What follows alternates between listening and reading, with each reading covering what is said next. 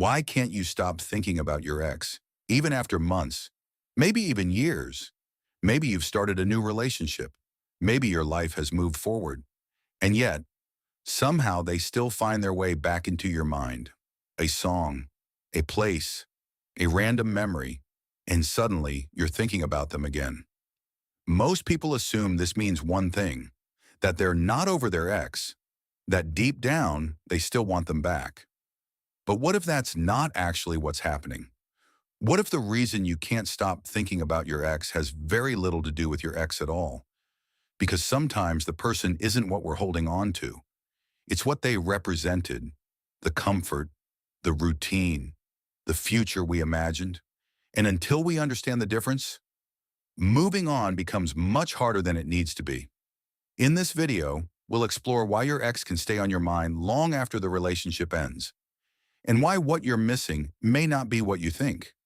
Most people assume that if they can't stop thinking about their ex, it must mean they're still in love. That deep down, they still want the relationship back. But the mind doesn't work that simply. One of the reasons it's so difficult to move on is that memory isn't a perfect recording of reality. After a breakup, our minds often begin to edit the story. The painful arguments become less vivid.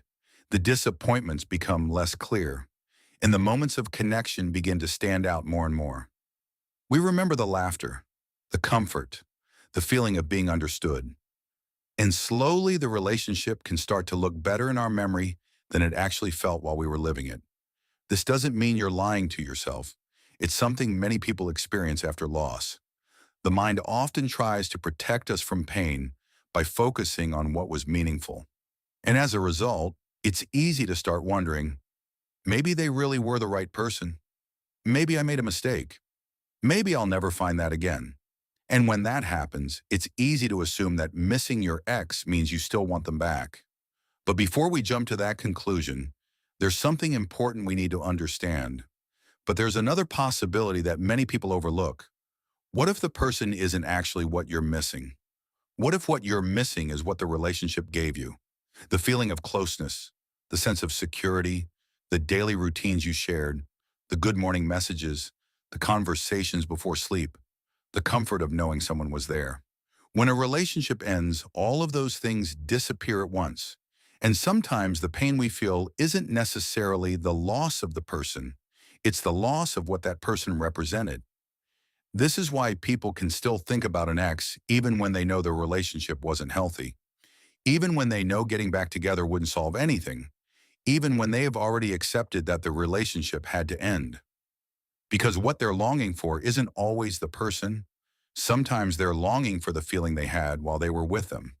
And those are two very different things. Of course, sometimes we genuinely miss the person. Sometimes the relationship was meaningful. Sometimes there are qualities we still value and appreciate. But many people never stop to ask whether that's actually what they're grieving, or whether they're grieving something the relationship once provided. The challenge is that our minds often combine them into a single experience. We assume that if we miss the feeling, we must miss the person. But that's not always true. In fact, one of the most helpful questions you can ask yourself after a breakup is not, do I miss them? But what exactly do I miss? The comfort, the security, the routine, the feeling of being loved? Because the answer is often much more specific than we think. And once we begin to understand what we're truly missing, something important becomes clear. When a relationship ends, we don't just lose a person, we lose routines, plans, habits, a version of the future we had imagined.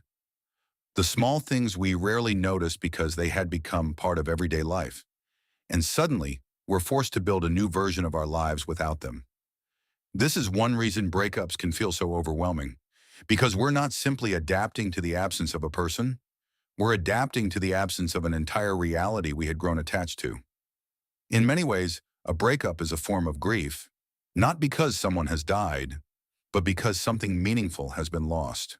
A relationship, a shared future, a life that no longer exists in the way we imagined it would. And unlike many other forms of loss, breakups come with a unique challenge. The other person is still out there. You might see them on social media.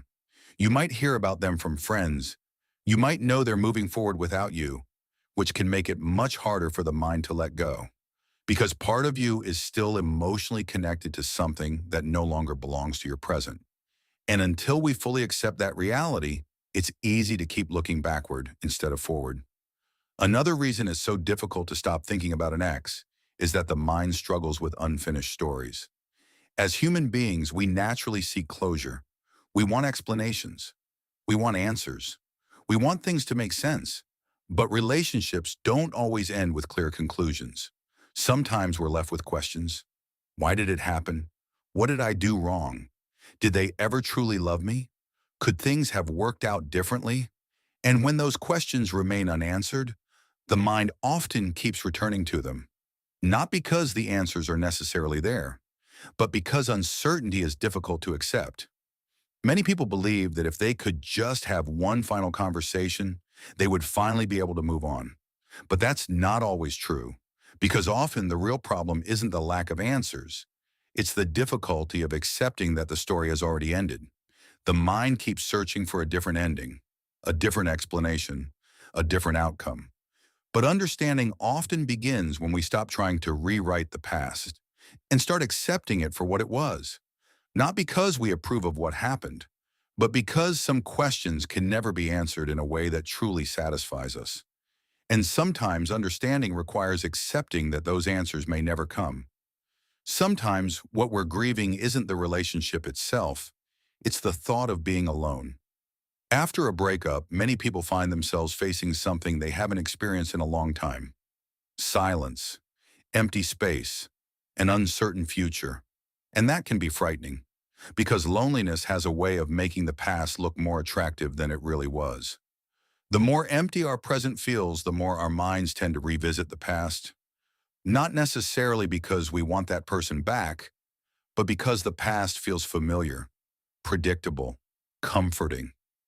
This is one reason why it's important to be honest with ourselves. Are we missing the person, or are we missing the feeling of not being alone? Because those are very different experiences, and confusing one for the other can keep us stuck far longer than necessary. Sometimes what we're longing for isn't a specific person. It's the sense of connection they once provided. And if that's true, then the solution may have less to do with the relationship itself than with the emptiness that was left behind. There's another loss that people rarely talk about after a breakup: the loss of identity. Over time, relationships become part of how we see ourselves. We're no longer just individuals. We're someone's partner, someone's source of support, someone's future. And without realizing it, we begin to build part of our identity around that role. That's why breakups can feel so disorienting, because we're not only losing another person, we're losing a version of ourselves, the version that existed within that relationship, the version that made plans with them, the version that imagined a future with them, the version that felt needed, chosen, and connected. And when that version suddenly disappears, it's natural to feel lost. Many people interpret that feeling as proof that they're still meant to be with their ex. But often, what they're actually experiencing is something else: the challenge of rediscovering who they are without that relationship. Not who they were as a couple, but who they are as an individual. And perhaps one of the most important challenges after a breakup is learning to build that identity again, not around another person, but around yourself. So what do we do with all of this? If thinking about your ex doesn't always mean you want them back, if what you're grieving is often the loss of a feeling, a future, or a version of yourself, then moving on requires something different than simply trying to forget. Because the goal isn't to erase them from your memory. The goal isn't to reach a point where you never think about them again. For most people, that simply isn't realistic. The goal isn't to stop thinking about your ex. The goal is to understand why your mind keeps returning to them. Because without understanding the need beneath the thought often returns. The more clearly we understand what we're actually grieving, the easier it becomes to respond to it consciously rather than automatically. And perhaps most importantly, it's about learning to find within yourself the things you once relied on the relationship to provide: a sense of stability, a sense of purpose, a sense of belonging. Because healing doesn't happen when the memories disappear. It happens when those memories no longer control the direction of your life. And that process often begins with a simple question, not, how do I stop thinking about my ex? But, what am I truly missing? Because the answer to that question is often where healing begins.